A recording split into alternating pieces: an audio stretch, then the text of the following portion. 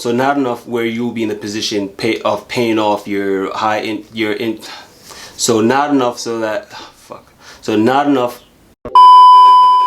So you want to start the process of creating generational wealth and achieving financial freedom, but you're not sure where to start? Well, the answer might be much easier than you thought. In this video, I'm going to talk about the ever so popular topic, and that's becoming debt free. I'm going to talk about why it's important, how it can take away from your ability to create generational wealth, take away from your ability to also achieve financial freedom, and everything in between. So make sure you watch this video to the very end. What's going on, YouTube? What's going on, family? It's your boy Sir O'Neal, aka Working Man T Troy, and I bought my first home in multi-unit rental property in Brooklyn, New York by age 26, and I've created this channel so that you can do the same.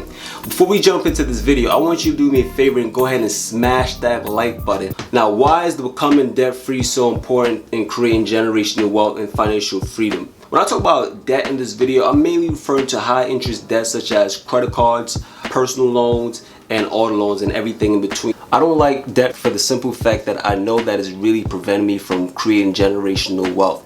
You might ask, how does debt prevent you from creating generational wealth? Now, when I say debt, again, I'm talking about high interest consumer debt like credit card debt, auto loans, and personal loans, stuff like that. I'm not talking about your mortgage on an investment property and things of that nature. Those are a different type of debt that people use to leverage. So not talking about those. I'm really talking about the high interest consumer debt. The reason why I hate high interest consumer debt is because the item that you pay for is going to end up costing more. So if you buy something, put it on a credit card, the credit card has a 20% interest rate or whatever the case is. If you fail to pay that credit card in the same month, you're going to end up paying an interest on that amount that you owe on the credit card. So in turn, that makes the item that you purchased on the credit card more expensive than what it would have cost if you simply used cash when you had the money to buy it.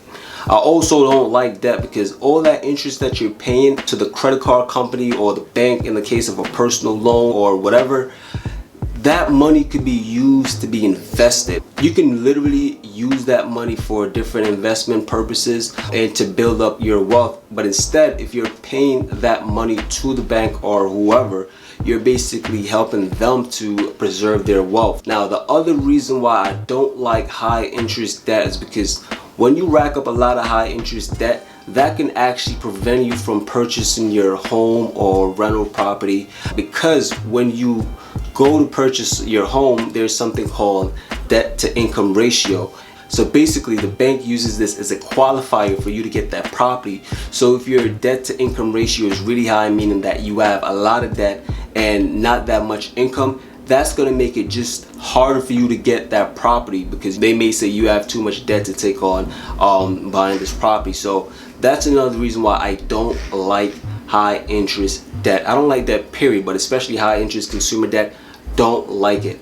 So my people, I recommend staying away from high interest consumer debt if it's possible. So that means if you use your credit card, make sure you pay off that entire balance or at least the statement balance each and every month so that you're not charged any interest on that. Avoid taking out student loans if you don't need to, or if you do need to take out student loans, just take out just enough for you to make it through college. So not enough so that you be in a position where you're paying off your student loan for like the next 30 years of your life. Really don't recommend doing that at all, because honestly, I think the education system is broken, especially in terms of the amount of debt they let these kids go into.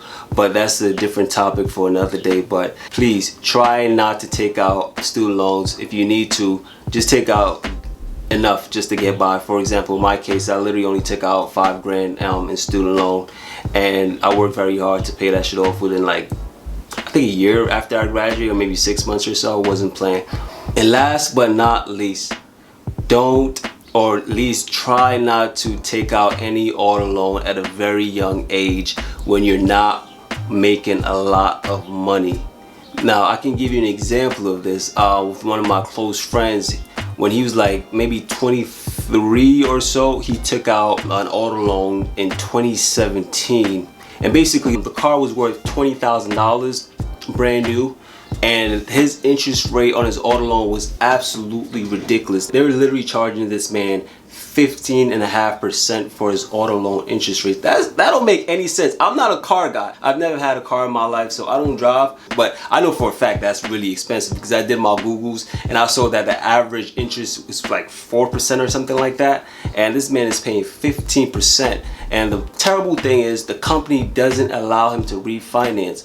So far he paid over $10,000 in interest alone on that car, and he still owes about another $10,000. So by the end of the loan, this man is scheduled to pay $39,000 between interest and principal.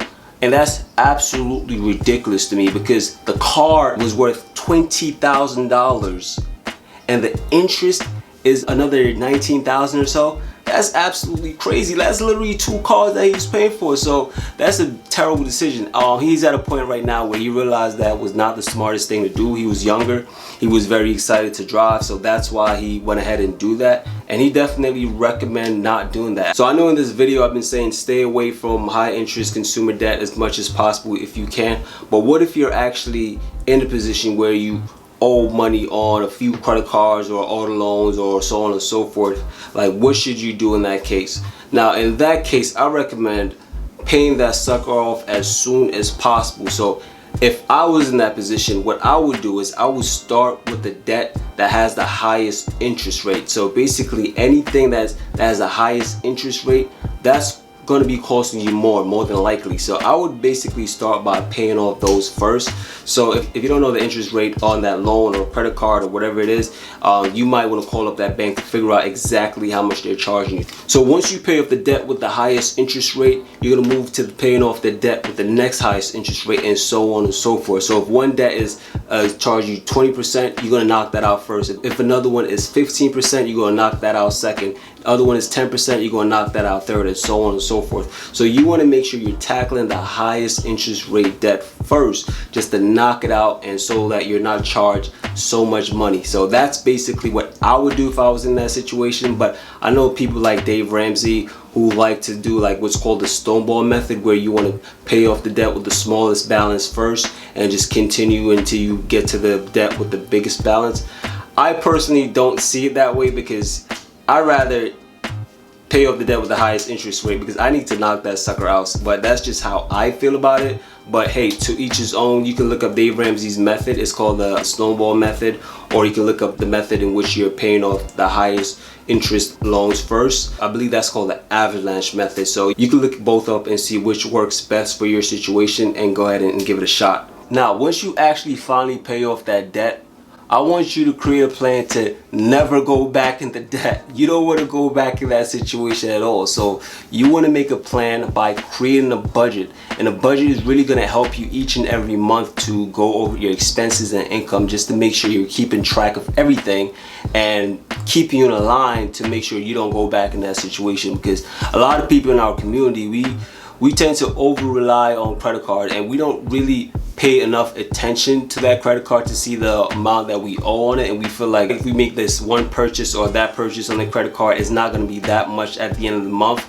But honestly, it will. It's the little transaction that really count. Like, you go outside, you buy this, you buy that. Like, it's just the little things that really adds up to make a big difference. So you want to monitor those small expenses just to make sure they're not getting out of control, and you can keep a cap on that and just budget yourself accordingly so that you won't end up going back into debt. And now if you come up on a hard month where you feel like you can't spend any money at all to buy like certain things that's not essential, like food and paying your bills, well, so be it. If you can't go out for the month, you just got to take an L and not go out for the month. You know, if you can't get something that you really like, I don't know, like I can't even give you an example right now, but if you feel like you have to make a sacrifice so that you can knock down that debt, I highly recommend making that sacrifice, because at the end of the day, it's really going to benefit you and everything that you're trying to accomplish as it relates to creating generational wealth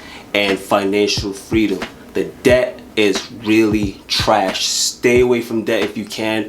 If you're already in debt, so sorry to hear that, but I recommend knocking out the debt by taking on the largest interest rate debt. If you don't feel comfortable with that method, you can also follow Dave Ramsey's method and pay off the smallest balance debt first and then continue in that direction. So it's really up to you, but like I said, I gave you my opinion on how I feel about that, but that's my 2 cents for that. That's it for this video today, guys. Thank you guys so much for watching. Let me know if you enjoyed this type of content by dropping a comment below, and go ahead and smash that like button if you did not already. Please subscribe to the channel. Thank you guys so much for your support. I really appreciate it. Looking forward to see you in the next video. Peace. One.